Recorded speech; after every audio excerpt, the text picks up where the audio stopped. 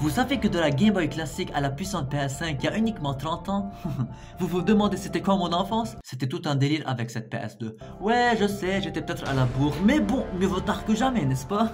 Bon bref, je me suis dit aujourd'hui, pourquoi ne pas revivre ces jours en or et replonger dans l'ambiance des salles d'arcade d'il y a 30 ans. Donc, attachez votre ceinture parce qu'on va rembobiner, redécouvrir et s'immerger, mais oh mon dieu, le vocabulaire, merci ChatGPT, dans l'essence pure des vibes gaming qui ont façonné le bon vieux temps. Allez, c'est parti pour cette rétro-partie de folie. Pour retrouver l'ambiance de mon enfance, j'ai juste déplacé quelques trucs, ajouter une télé, mettre mon ordi sur la table, tout ça juste pour avoir le même feeling qu'avant. C'est le même setup que j'utilisais que quand j'avais 11 ans. Juste à la place du PC, il y avait une PS2. La télé? Vraiment, ça fait 10 ans qu'elle est là. Et c'est la même que j'utilisais pour jouer à la console. Bon, maintenant je vais aller et tester les jeux d'arcade des années 80 pour voir si leur époque était bien plus fun que notre époque. Et je commence en 1980. Eh ouais mec, j'étais même pas encore là. Mais Millibad l'est déjà. C'est le nom du jeu, c'est comme ça qu'on l'appelle. Pourquoi ça, je ne sais pas. À ce que je vois, le but c'est qu'il y a une fusée qui crache des projectiles à gogo et elle doit monter le plus haut possible. Mais attention aux champignons, parce que oui, les champignons vont me barrer la route et si je les touche, je suis mort. Je suis mort. C'est clair? Et pour rendre encore la chose plus dure, il y a des satanées araignées qui viennent et qui essayent de me descendre. Moi, personnellement, j'ai peur des araignées. J'ai arrêté de jouer à Minecraft parce que j'avais peur de l'araignée. Donc, là, des araignées en 1980, pourquoi ça? Je ne sais absolument pas. On va essayer et je vais voir si je vais pouvoir passer le premier niveau. Allez. J'ai mis un peu de temps à piger comment fonctionne ce jeu et je te dis, c'est super rageant. Quoi? Mais c'est ultra dur.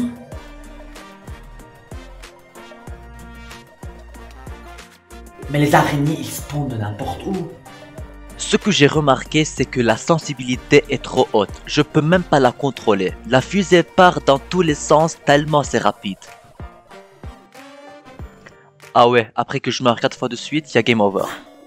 Game Over. Comme si la difficulté n'était pas déjà présente. Mec, c'est quoi ça?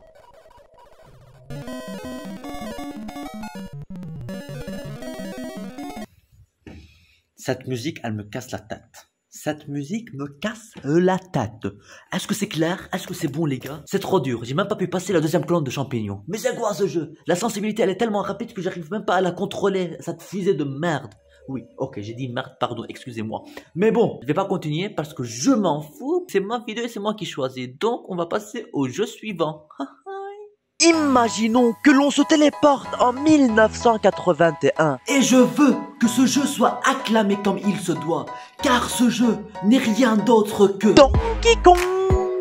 Peut-être que la majorité d'entre vous ne connaissent pas ce jeu, mais je peux vous rassurer que Donkey Kong a révolutionné les années 80. Il y a eu des compètes, des tournois, des perdants et des gagnants. Maintenant, c'est quoi le but? Il y a un gorille tout en haut et il y a Mario tout en bas. Et comme d'habitude, cette très chère princesse à Mario, elle est enlevée. Dans ce cas-là, c'est pas Bowser, c'est un gorille. Comment il s'appelle? J'en ai aucune idée. Peut-être qu'il s'appelle Donkey Kong. Donkey, il s'appelle Donkey. Non, Donkey ça veut dire pas un âne, mais en anglais.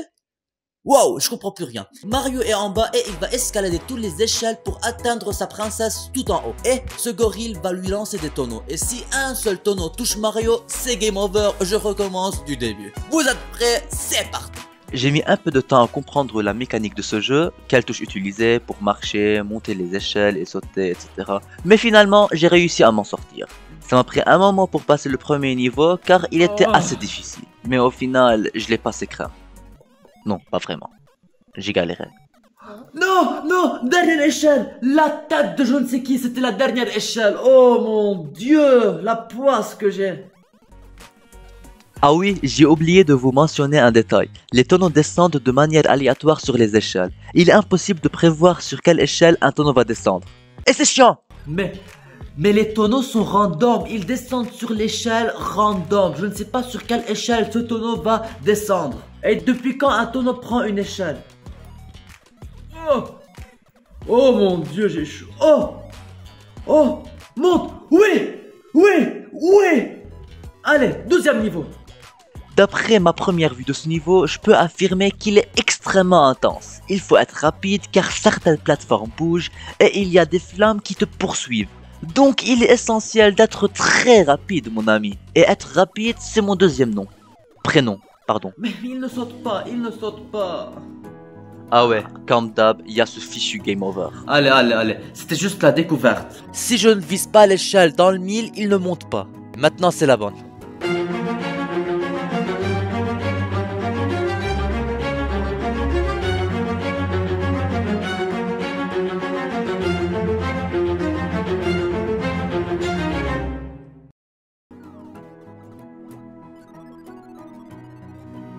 Et j'ai continué de mourir et de mourir et de mourir en boucle pendant 3 heures. Parce que sincèrement parlant, moi j'ai un clavier de 2024, non pas une manette de 1980. Donc pour manipuler les touches sur un clavier 2024, c'est trop chiant. Même ultra chiant.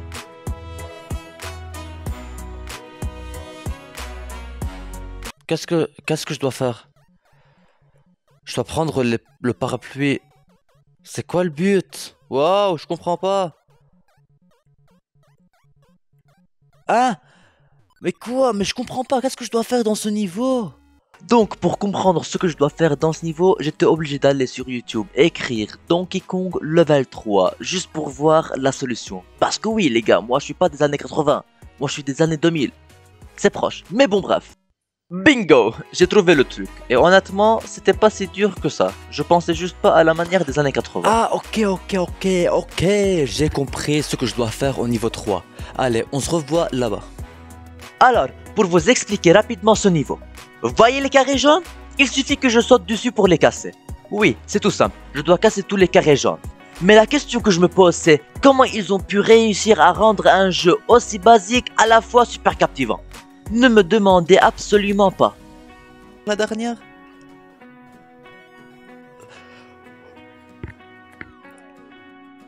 Et s'il te plaît, princesse, fais en sorte de ne plus te faire niquer, je voulais dire enlever, par d'autres personnes. Merci. Sincèrement, maintenant je peux dire que j'ai gagné Donkey Kong, n'est-ce pas? Allez, on passe au jeu suivant. Et maintenant, on revient en 1980. Eh oui les gars, parce qu'on peut pas terminer cette vidéo sans avoir joué au jeu le plus connu de sa génération. Le jeu où toutes les générations en 1980 et jusqu'à aujourd'hui, ils jouent encore ce jeu. Est-ce que c'est bien cette phrase? Je ne sais pas. Mais bon bref, ce jeu n'est rien d'autre que Pac-Man.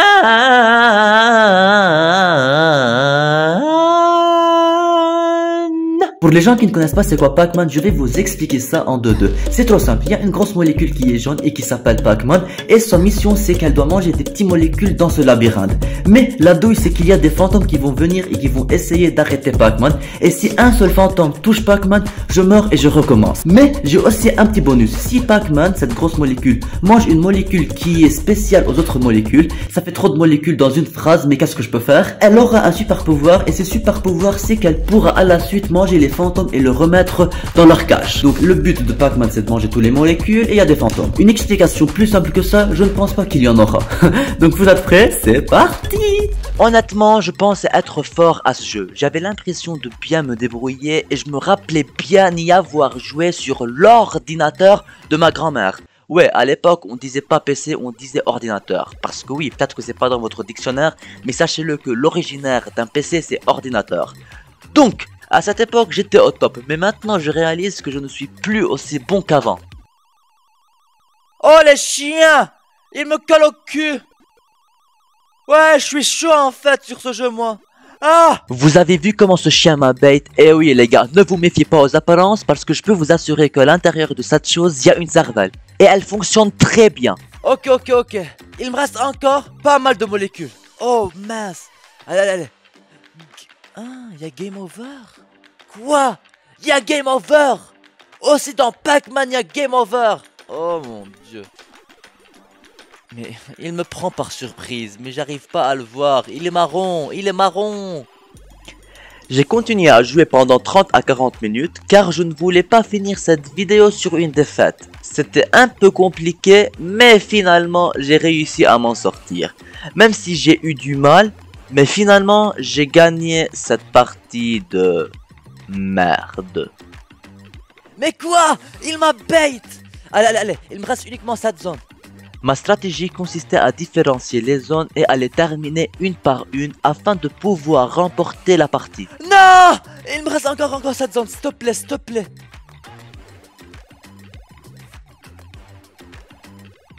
Oui! Quoi?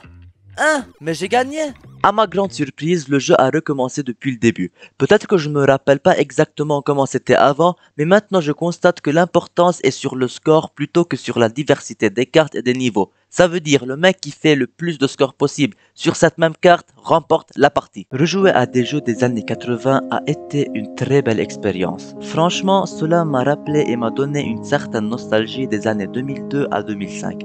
Même si je ne suis pas de la génération des années 80, mais plutôt des années 2000. Ce retour en arrière était vraiment spécial pour moi. Donc les gars, maintenant je vous dis à la fois prochaine. Abonnez-vous, ça me ferait tellement plaisir et...